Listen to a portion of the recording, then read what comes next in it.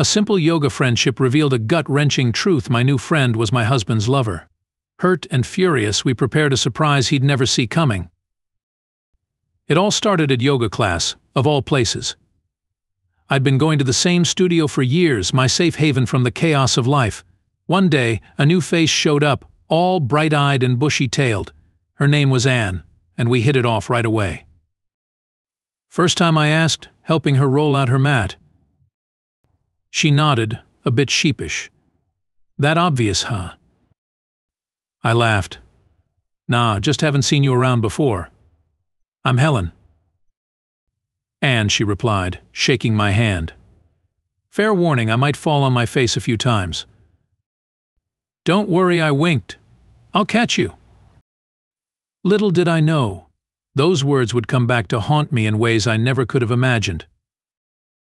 After a few classes together, we started grabbing coffee after our sessions.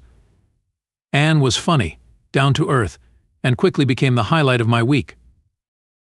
I never imagined this friendship would turn into something so unexpected.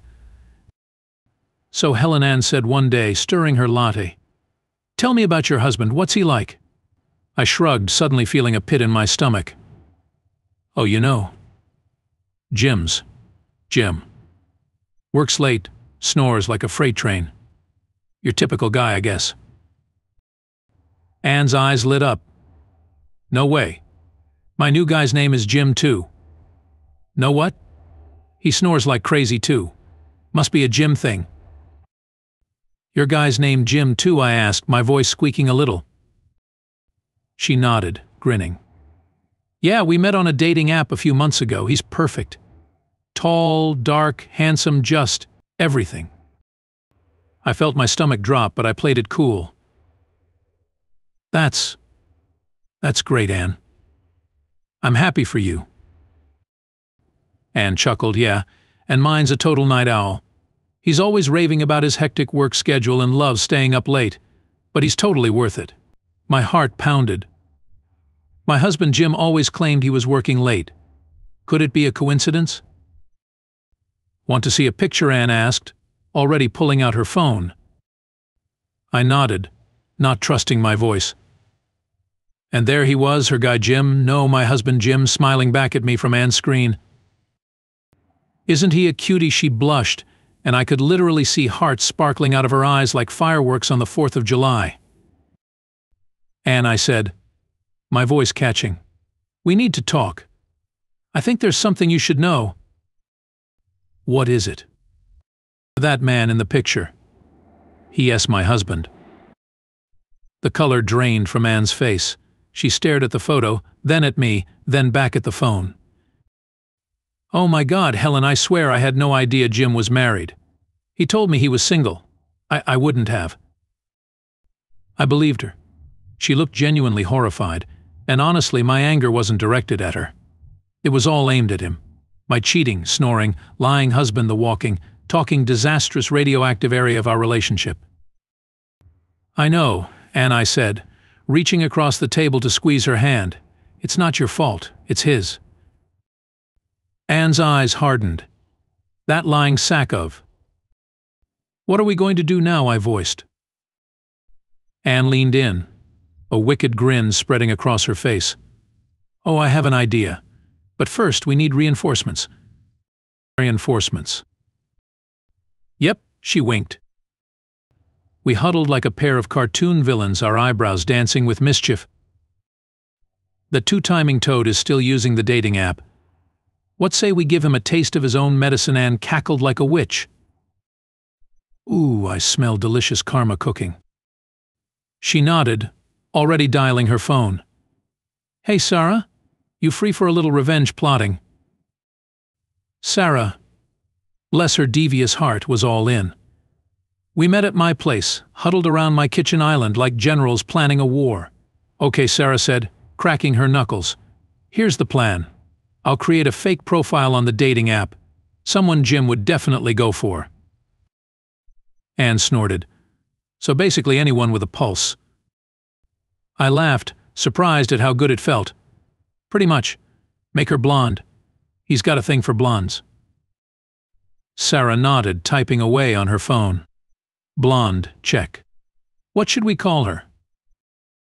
How about Cheryl, I suggested. Anne high-fived me. Perfect. Lo and behold, faster than you can say red flag, Jim took the bait. Within days, he matched with Cheryl and Sarah's phone buzzed constantly with his flirty messages. Oh my God, she groaned, reading his latest text. He just asked if it hurt when I fell from heaven. Does that line actually work? Anne and I exchanged glances. Unfortunately, yes, we said in unison, then burst out laughing. All right, ladies, I said, clapping my hands together. Time for phase 2. Sarah, set up a date. Somewhere public, somewhere fancy. Sarah grinned. On it, boss. As she typed, I turned to Anne. You ready for your part? Oh, I was born ready. The night of the big showdown arrived. Sarah met Jim at Le Chateau, the fanciest restaurant in town. Anne and I watched from our car across the street. There he goes, I muttered as Jim walked in, all dressed up and oblivious. Probably told me he's working late again. Anne squeezed my hand. You okay? I took a deep breath. I was angry, sad, betrayed, broken. Yeah, no, I don't know, but we're here now, and I'm not backing down. He doesn't deserve you, Helen. Let's do this. I nodded, blinking back my tears. We waited 15 minutes before making our move. Anne went in first, turning heads as she strode to a table near Jim and Sarah. I watched through the window as Jim's face turned pale, his eyes darting between Anne and Sarah. Even from outside, I could see the panic setting in. My phone buzzed. A text from Sarah read, he's sweating bullets at seeing Anne. Your turn, Helen. I squared my shoulders and walked in. The look on Jim's face when he saw me, priceless. His eyes widened, his mouth dropped open, and for a moment he looked like he might actually faint. I think. I need to go home, Jim stammered to Sarah. Something came up at work. He stood up in a hurry, trying to escape, but in his panic he bumped right into a waiter. The crash of plates hitting the floor was like music to my ears. The entire restaurant fell silent, all eyes on Jim and the mess he'd created. Oh, don't leave now, Jim, Sarah called out, her voice dripping with irony. We were having such a good time. All three of us, Anne, Sarah, and I stood up together and approached him. Jim's face drained of color as he realized this was no coincidence. Honey, I said, my voice sickly sweet. Fancy seeing you here. Thought you were working late. Jim's mouth opened and closed like a fish out of water. Helen, I can explain. Anne cut in, her voice ice cold. Oh, this should be good. Explain to both of us, Jim. We're all ears. The entire restaurant had gone silent, all eyes on our little drama. You could have heard a pin drop as everyone waited to see what would happen next. Jim looked around desperately, like a cornered animal. It's not what it looks like. I couldn't help but laugh. Really, Jim? That's the best you can do? It's exactly what it looks like. You're a cheater, a liar, and a coward. And this, Anne hissed, stepping forward, is for wasting my time. She slapped him hard. The sound echoed through the restaurant, followed by a collective gasp from our audience. Meanwhile, Sarah was recording the whole thing. Say cheese, sweetie pie. You're about to become a meme. Jim's face contorted in horror as he realized the full extent of what was happening. You can't do this, he sputtered. My job, my reputation. You should have thought about that before you decided to play us both, I snapped. I already filed for divorce, honey. You're done. I'm taking everything. As we walked out, leaving Jim stammering and humiliated, I felt lighter than I had in years. The weight of suspicion and doubt that had been sitting on my shoulders for months suddenly lifted. I was free. Free. Later that night we gathered at my place, watching the view count on the video climb. The three of us sat on my couch, wine glasses in hand, as we watched Jim's world implode in real time. 1 million views, Sarah whooped, raising her glass. To karma. To karma, Anne and I echoed, clinking our glasses together. You know, Sarah said, refilling our glasses, I think you two got the better end of the deal. You lost a cheater, but gained a true friend.